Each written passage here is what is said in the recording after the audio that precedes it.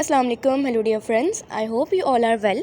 तो आज की वीडियो में हम उन डिसऑर्डर को डिस्कस करेंगे जो कि हाइपोथैलेमस के कुछ गड़बड़ी हो जाने की वजह से हो जाते हैं। तो कल की वीडियो में हमने हाइपोथैलेमस डिस्कस किया था, तो उसकी वीडियो आपने ज़रूर देखनी है, उससे से रिलेटेड आज की सारी बातें होंगी। तो अगर हम इनके जो है डिसऑर्डर की बात करें तो सबसे पहले हम इसका एंडोक्राइन डिसऑर्डर देखते हैं कि उसमें जो है क्या क्या मसले होते हैं। डिसऑर्डर का मतलब यही होता है कि एक जो ऑर्गन है जो सही तरीके से काम कर रहा था उसके ऑर्डर के अंदर कोई गड़बड़ी हो जाना, कोई मसला हो जाना, इसी को कहते हैं डिसऑर्डर। तो एंडोक्राइन यानी कि जो ग्लैंड से रिलेटेड जो मसले होते हैं उनको डिस्कस करते हैं पहले। तो सबसे पहला है हाइपोपिट्यूटरिज्म। तो ये क्या होता है, इसमें हाइपो से आपको पता चल रहा होगा कि हाइपो मतलब कि कम हो जाना प्रोडक्शन पिट्यूटरी हार्मोन के जो है उसकी प्रोडक्शन कम हो जाना, यानी कि हाइपोथैलेमस एक ऐसा ग्लैंड था जो कि प्रोड्यूस कर रहा था पिट्यूटरी ग्लैंड के जो है काफ़ी सारे हार्मोन। तो इसकी वजह से जो है क्या होता है कि प्रोडक्शन कम हो जाती है, जिसकी वजह से काफ़ी सारी डेफिशिएंसीज़ होती हैं, जैसे कि ग्रोथ हार्मोन और थायराइड स्टिमुलेटिंग हार्मोन, ये सारे जो हैं वो अपना काम करना छोड़ देते हैं या बहुत कम कर देते हैं। इसी तरीके से दूसरा है हाइपर प्रोलैक्टिनेमिया।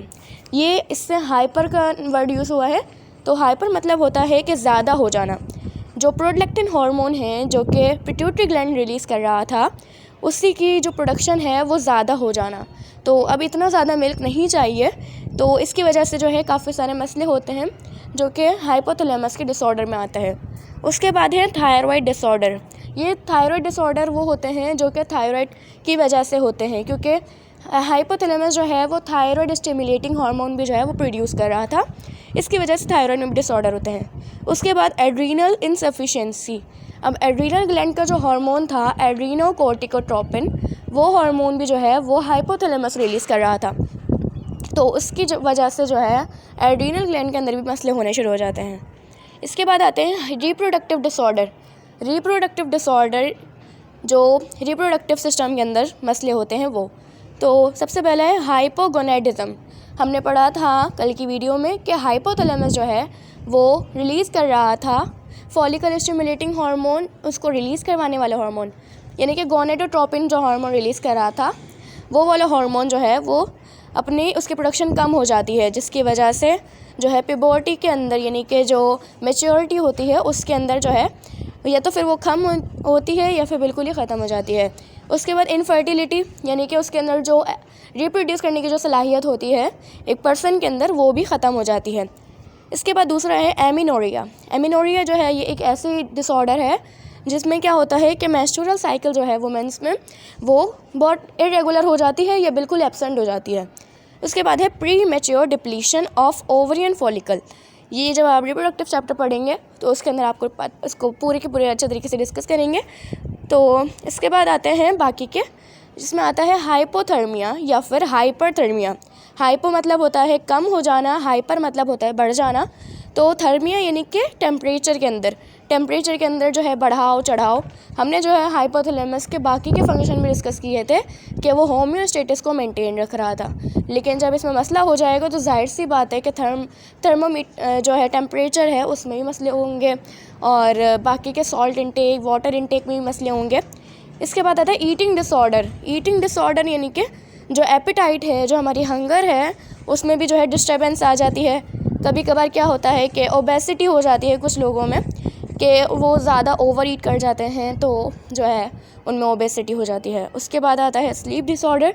स्लीप डिसऑर्डर में क्या होता है इंसोम्निया, यानी कि बिल्कुल ही स्लीप का चले जाना, बिल्कुल ही स्लीप का ख़त्म हो जाना, यानी कि नार्कोलेप्सी या फिर स्लीप वैक साइकिल, यानी कि उठने में और सोने में जो है काफ़ी ज़्यादा मतलब जो किस तरीके के लोग होते हैं कि बिल्कुल ही उनका डिस्टर्ब होता है कि कभी सो रहे हैं कभी उठ रहे हैं, अगले दिन कोई दूसरा रूटीन चल रहा है उनका, तो ऐसा हो जाने को कहते हैं नार्कोलेप्सी। उसके बाद आते हैं इमोशनल और बिहेवियरल प्रॉब्लम। उनके मूड स्विंग्स होने लग जाते हैं क्योंकि हाइपोथैलेमस जो है अपना काम सही नहीं कर रहा, एंजाइटी होती है, डिप्रेशन होता है। तो अब जो है अगर किसी पर्सन के अंदर ये मसले चल रहे हैं हाइपोथैलेमिक डिसफंक्शन, तो उसके किस तरीके से पता चलेगा कि ये कैसा हो रहा है, क्या हो रहा है, मतलब उसको किस तरीके से डायग्नोस करेंगे। तो उसके जो है अब जो पर्सन है अगर उसके अंदर कोई मसला है चल रहा ये वाला, तो उसको जो ब्लड प्रेशर है वो मेंटेन नहीं रहेगा, या तो वो बढ़ा रहेगा या तो फिर वो बिल्कुल ही कम रहेगा।